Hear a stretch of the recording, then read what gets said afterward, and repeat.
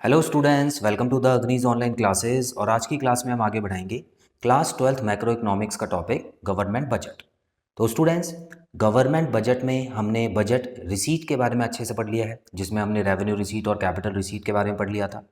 अब बिल्कुल उसका उल्टा पढ़ने वाले हैं, बजट एक्सपेंडिचर।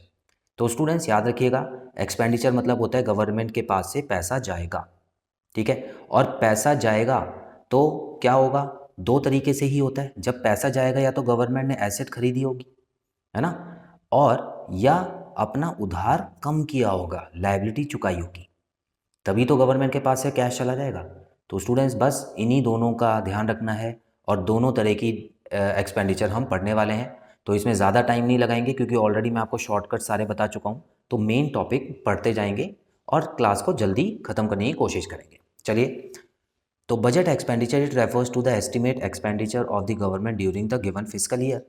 तो एक साल में गवर्नमेंट जितना अंदाज़ा लगाती है कि इस साल कितना खर्चा होने वाला है, उन सब खर्चों को मिला के बजट एक्सपेंडिचर बनता है। Budget expenditure are of two types, दो तरीके के होते हैं। सबसे पहले आता है रेवेन्यू एक्सपेंडिचर, और फिर आता है कैपिटल एक्सपेंडिचर। अब आपको दोनों के बीच में फ़र्क भी पता है। एसेट बढ़ना, लायबिलिटी कम होना इसमें नहीं होता, नो लगाना है इसमें आपको, ठीक है। और यहाँ पर एसेट बढ़ती है और लायबिलिटी कम होती है, बस सिंपल। तो स्टूडेंट, सबसे पहले आज की क्लास में हम रेवेन्यू एक्सपेंडिचर करेंगे। कैपिटल एक्सपेंडिचर के लिए अगली क्लास में हम आएंगे।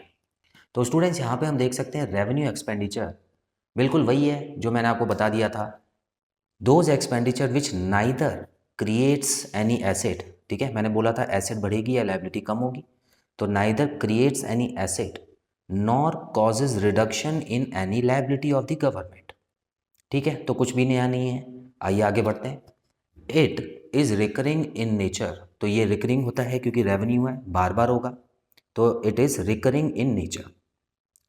Must not create an asset, तो कोई भी ऐसा एक्सपेंडिचर जिसकी वजह से एसेट नहीं बन रही हो, वो कौन कौन से एक्सपेंडिचर होते हैं।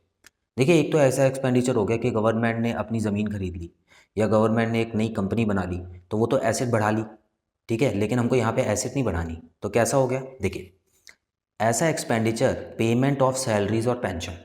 तो जब भी गवर्नमेंट सैलरी और पेंशन की पेमेंट करती है स्टूडेंट्स, तो क्या उसकी एसेट बढ़ती है? नहीं, कभी नहीं। तो इसमें ये तो रेगुलर हो गया ना, तो गवर्नमेंट को कुछ मिल थोड़ी रहा है, गवर्नमेंट तो बस सैलरीज दे रही है अपने एम्प्लॉयज़ को और पेंशन दे रही है। तो ऐसे में स्टूडेंट्स याद रखिएगा कि कभी भी गवर्नमेंट की एसेट नहीं बढ़ती है, तो ये रेवेन्यू एक्सपेंडिचर में आ जाता है। अच्छा, आगे पॉइंट पढ़ते हैं।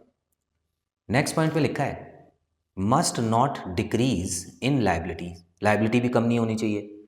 तो ऐसी कौन से खर्चे हैं जिससे लायबिलिटी कम नहीं होती है? तो ऐसे सभी खर्चे जिससे उधार नहीं चुका रही है गवर्नमेंट, वो सारे हो गए। For example subsidies, government subsidies देती है ना, गरीबों के लिए होती है ज़्यादातर। Grants given to state government, तो कभी कभी ग्रांट्स मतलब होता है छूट, ठीक है। तो सब्सिडी और ग्रांट्स एक ही तरह की चीज़ होती हैं। तो कभी कभी गरीबों की हेल्प के लिए या स्टेट गवर्नमेंट्स को मदद पहुंचाने के लिए जो सेंट्रल गवर्नमेंट है वो खर्चा करती है। तो ये जो खर्चा होता है स्टूडेंट्स, ये एसेट और लायबिलिटी पे फ़र्क नहीं डालता है, क्योंकि ये खर्चा कभी वापस नहीं